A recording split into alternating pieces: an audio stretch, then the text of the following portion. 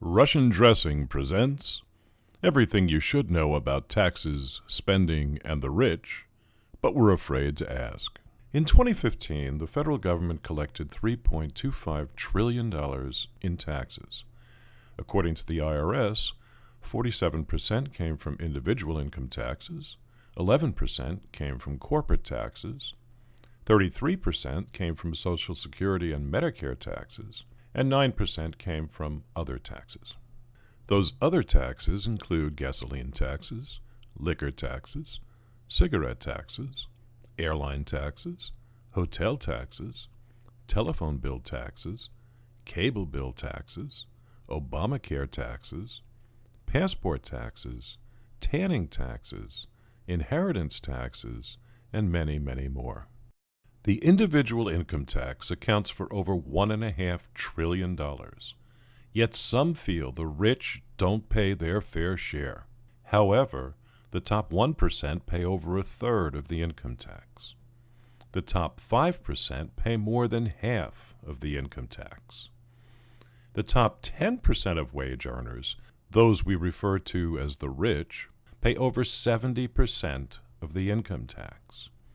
And the top 50%, one half of the population, pays over 97% of the income tax, while the bottom 50%, the other half of the population, pays less than 3% of the income tax. U.S. corporations have the highest tax rate in the world, accounting for $350 billion per year. But that's not the only tax that corporations pay. The law requires that corporations pay one half of the FICA tax for each employee. Employees have always believed that they paid the other half of the FICA tax, but this is a shell game. No employee has ever written a check to FICA. In fact, the corporation pays the employee half of the FICA tax from its own profits. Those of you who have never run a business will find this hard to believe, but one day, when you do run a business and you're writing out payroll checks, you will realize that this is absolutely true. But to avoid any argument, we will leave it the way most people believe it actually works. While we all pay our share of the other taxes, the majority of federal tax revenue comes from corporations and the top 10% of the population that we refer to as the rich. The remaining 90% of the population, 270 million people, pay less than a third of federal tax revenue. Corporations and the rich pay more than 60% of all federal tax revenue, certainly more than their fair share. Everyone has heard the phrase tax and spend. But before we determine how the $3,249,900,000,000 in taxes is actually spent, we have to understand that our elected officials feel that that money is not enough.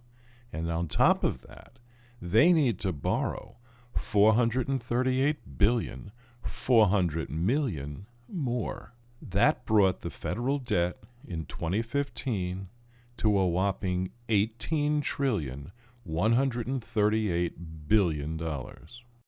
Every penny of that enormous and ever-growing debt will have to be repaid by our children and our grandchildren. But of immediate concern is that we have to pay interest on the entire amount of that debt, and that interest payment is the fastest-growing segment of the federal budget. Economists estimate that in a few years, interest on the debt will be a greater portion of the budget than defense. If you overlay the spending chart with the tax chart, you can quickly see how things are being paid for. The $438 billion that was borrowed pays for welfare and a little bit more. Since the war on poverty began, we have spent an estimated $22 trillion. And rather than having less poor people, we now are at a point where 1 in every 6 Americans is on welfare. The money we collect from other taxes pays for miscellaneous spending, transportation, and a small portion of the defense budget. Corporate taxes pay for defense, education, and nearly half of the interest on the debt. The tax we collect from the rich pays for all of health care and a portion of pensions. And the taxes collected from everyone else pay for the majority of pensions and half of the interest on the debt. Two things should be obvious from this analysis. First, corporations and the rich do pay their fair share. And second, we don't have a tax problem, we have a spending problem. Why is it, then, that so many people believe that the rich don't pay their fair share? A famous billionaire often says that his secretary pays a higher tax rate than he does. But no one has ever written a check based on a percentage. In fact, the entire concept is absurd. We all know that checks are written in dollar amounts. While John Q. Public might pay $652 in taxes, Richie Rich has to pay over $1 million in taxes. Rates don't matter, dollar amounts do. Keep in mind that everyone, rich and poor, male and female, black and white, all receive the exact same benefits from their tax dollars. Imagine the revolution if everything we paid for was based on our income. Imagine what would happen if you and your neighbor went to a coffee shop and you had to pay twice as much for the same cup of coffee because you went to college and he didn't. And now I'll leave you with what President John F. Kennedy had to say regarding this issue. An economy hampered by restrictive tax rates will never produce enough revenues to balance our budget, just as it will never produce enough jobs or enough profits. In short, it is a paradoxical truth that tax rates are too high today and tax revenues are too low. And the soundest way to raise the revenues in the long run is to cut the rates now.